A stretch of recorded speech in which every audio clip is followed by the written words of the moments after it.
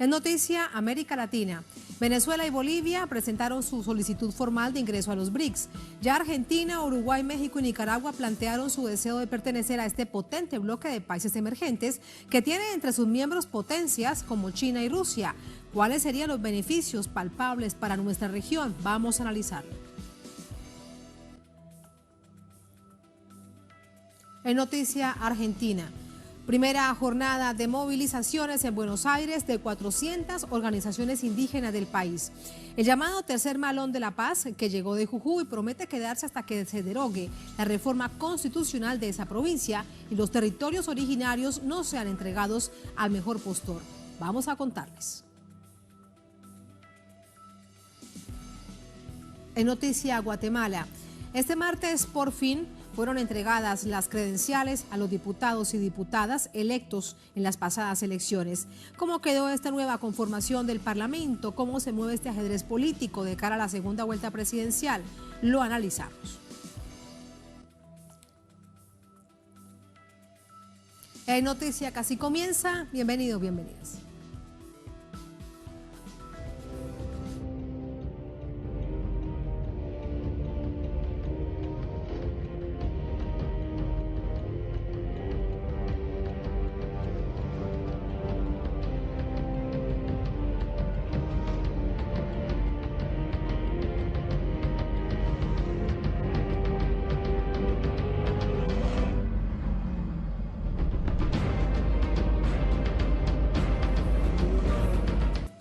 En noticia América Latina, varios gobiernos de la región figuran en la lista de países que han hecho solicitud formal de ingreso al grupo de los BRICS, un potente bloque económico cuyos miembros se reunirán a finales de este mes. Vamos a verlo.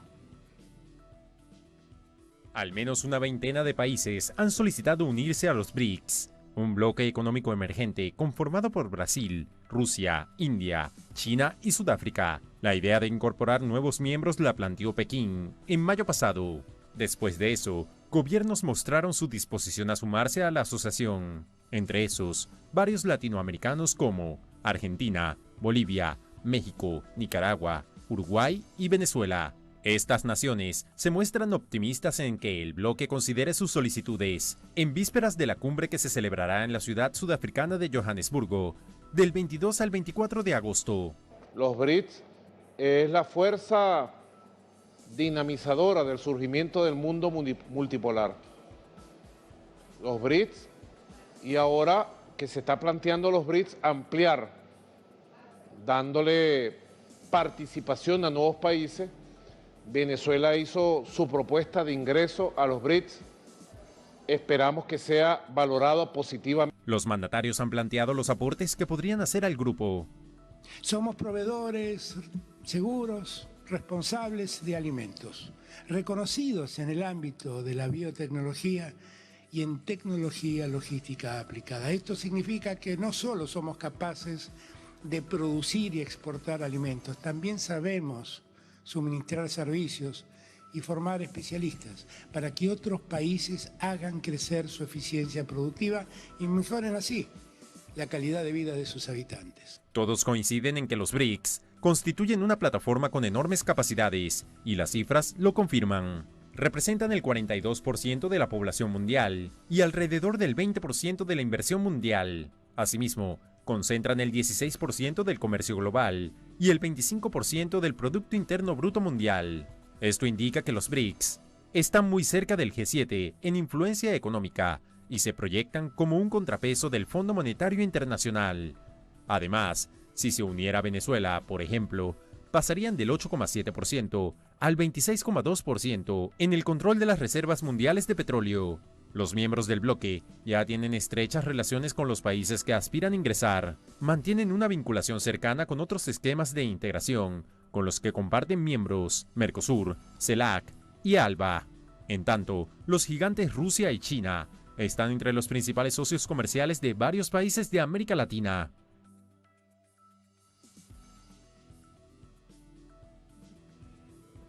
Allí los hechos, de inmediato vamos con el análisis. Para ello nos acompaña Sebastián Schul, sociólogo, analista internacional, experto en temas de China. Nos acompaña desde La Plata, en Argentina.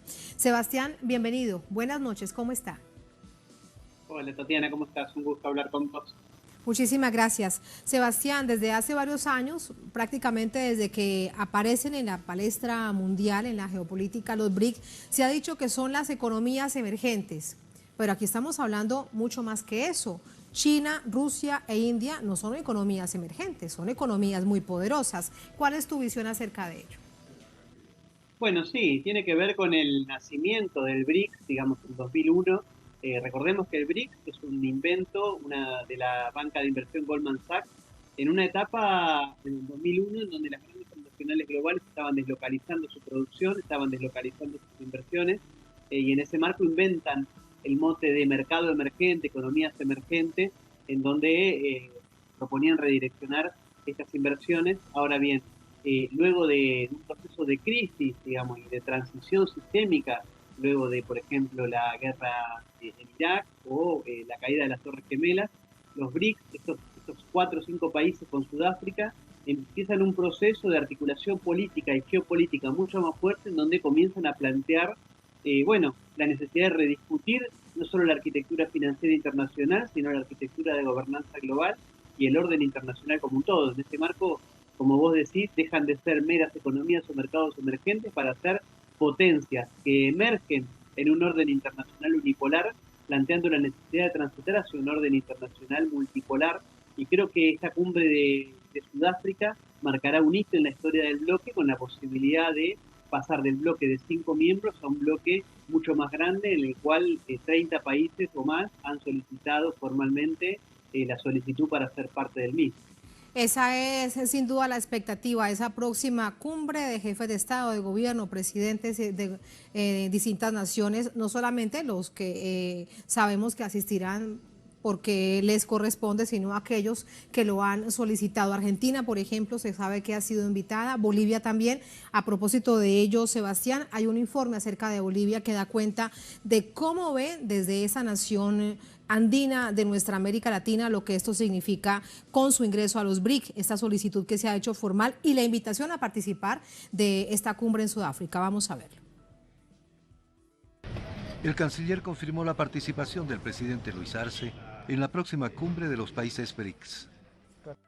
El presidente Luis Arce Catacora ha recibido la invitación del presidente de Sudáfrica en su calidad de presidente pro tempore del grupo de países BRIC, conformado por Brasil, Rusia, India, China y Sudáfrica, para participar de los diálogos que se celebrarán el 24 de agosto en Johannesburgo, Sudáfrica, como parte de la 15ª cumbre de los BRICS. Bolivia realiza gestiones oficiales con cada uno de los 5 gobiernos de los países que integran el BRICS para ser admitido en ese grupo. Con las mayores reservas de litio del mundo, Bolivia confía en lograr alianzas estratégicas con el objetivo de potenciar la tecnología y el financiamiento necesario para la industrialización soberana de litio, así como garantizar el mercado para productos bolivianos con valor agregado, derivados de litio en los mercados emergentes constituidos por los BRICS. Según expertos, el país con una política económica propia, que rechaza las recetas ortodoxas, ha logrado llamar la atención a nivel internacional. Una de las inflaciones más bajas del mundo, una importante recuperación económica post-pandemia, también importantes logros en cuanto a reducción de la pobreza y el desempleo. Por lo tanto, Bolivia tiene mucho que decir en la cumbre de los BRICS y también junto con otros 30 países del sur global está presentando su solicitud de adhesión a este bloque multilateral. Este es un espacio en el que se procuran alternativas a la lógica de desarrollo que impone el capitalismo, que las grandes transnacionales promueven desde los Estados Unidos. Se plantea cada vez más fuerte la visión de un mundo multipolar, la visión de un mundo que mire hacia otro lado, un poco fuera de la órbita geopolítica y hegemónica estadounidense, y los BRICS presentan y representan justamente eso, una alternativa de desarrollo multipolar a nivel mundial. BRICS es un acrónimo de los 5 países que componen el grupo: Brasil, Rusia, India, China y Sudáfrica. Representan el 42% de la población del planeta, y el 31.5% del Producto Interno Bruto global. Además, del 20% del comercio internacional a nivel mundial. El tema de su próxima cumbre es Asociación para un crecimiento mutuo acelerado, desarrollo sostenible y multilateralismo inclusivo. Freddy Morales, Telesur, Bolivia. Cumbre de los BRICS en Johannesburgo, Sudáfrica, del 22 al 24 de agosto próximo, así dentro de muy pocos días. Sebastián, uno de los temas centrales, sin duda hemos visto recursos naturales de nuestros países que soberanamente pueden explotarse, pueden distribuirse como lo decidan estas naciones y no por imposición de otras, como ha sido en general nuestra historia. Pero eso es lo que más le llamaría la atención a los BRICS, de permitir el ingreso de Bolivia con el litio, de Venezuela, por ejemplo, con el petróleo y otros recursos naturales de esta nación bolivariana, de Argentina también con el litio. ¿Qué más hay? ¿Qué hay más allá de esto? Bueno, sin duda la cuestión de los recursos es estratégica y creo que los distintos discursos que escuchamos de Luis Arce, de Nicolás Maduro, de Alberto Fernández, estamos hablando de la decisión de los países de poner recursos estratégicos como son los alimentos y la energía al servicio de la construcción de un orden internacional multipolar y al servicio de un bloque que plantea explícitamente la construcción de la multipolaridad. Estamos hablando de que esto permitiría robustecer fuertemente el BRICS, no solo con los países de América Latina que mencionamos, sino también otras grandes potencias como por ejemplo Irán, Arabia Saudita, el propio Egipto, Argelia. Estamos hablando de un bloque que adquiere mucha más fuerza y esto permite no solo poner esos recursos a disposición, sino disputar aristas centrales del poder unipolar anglosajón, del poder globalista, por ejemplo, a partir de, no solo un bloque en donde gran parte del PBI global está sentado en una mesa de discusión de la multipolaridad, esto adquiere mucha más fuerza que otros bloques, como por ejemplo el G20, pero también otras discusiones que se han abierto y que están pendientes, como la necesidad de discutir el orden financiero internacional, de discutir la primacía del dólar como moneda de referencia global y de discutir una arquitectura de seguridad que escape a los principios de Estados Unidos y de la OTAN y que plantea una seguridad mucho más inclusiva y una seguridad planteada en base a los principios de coexistencia pacífica, de respeto por la soberanía, la integridad territorial. Es decir, no solo estamos hablando de los países de América Latina como proveedores de recursos, sino de la posibilidad de gran parte de la región de ser parte de la discusión sobre cómo será el orden internacional multipolar que se construirá en los próximos años. Pero esto, ¿no te parece, Sebastián, que sería esperar mucho de los BRICS, teniendo en cuenta que desde nuestra América Latina es muy necesario? Ya vimos lo que sucedió tan dramático en tiempo de pandemia por el quiebre, por ejemplo, de la integración. Ahora que de nuevo comienza a hilarse la integración, ¿no debería ser esa la gran prioridad de América Latina, avanzar como bloque?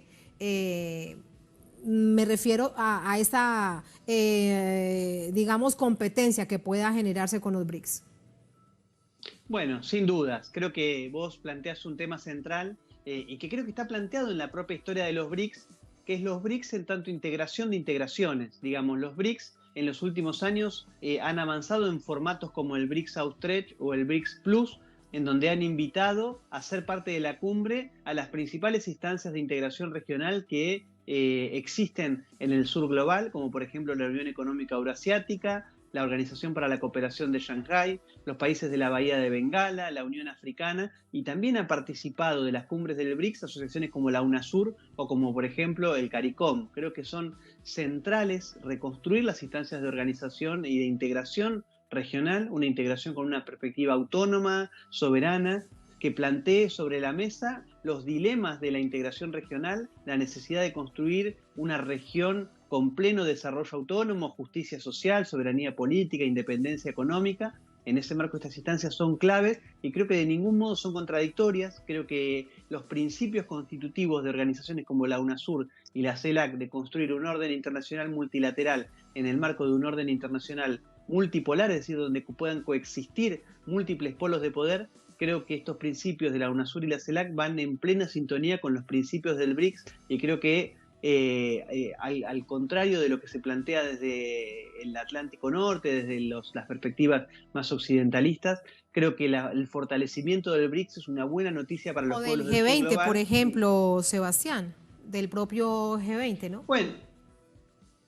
Bueno, el G20 creo que ha sido un paso intermedio. Digamos, recordemos que el G20 nace en fines de los años 90, pero vuelve a tomar pleno dinamismo luego de la crisis financiera global. Y es una organización que de alguna manera impulsaron las grandes transnacionales globales, en donde en un mismo espacio sentaban a las principales potencias del G7 con algunas de las economías emergentes más importantes. Eso de alguna manera amplió la voz y representación del sistema internacional, pero creo que de alguna manera el BRICS viene a complementar instancias como el G20 en una mesa en donde están sentados gran parte de la totalidad de los países del sur global. Nos presentabas tu análisis acerca de recursos naturales y otro tema que también ya lo has tocado, pero quiero pedirte que profundicemos en ello.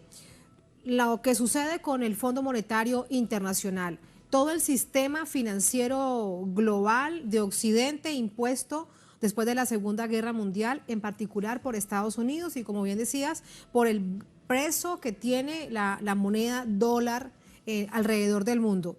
¿Cuánto realmente puede avanzar los BRIC con el desafío que esto implica?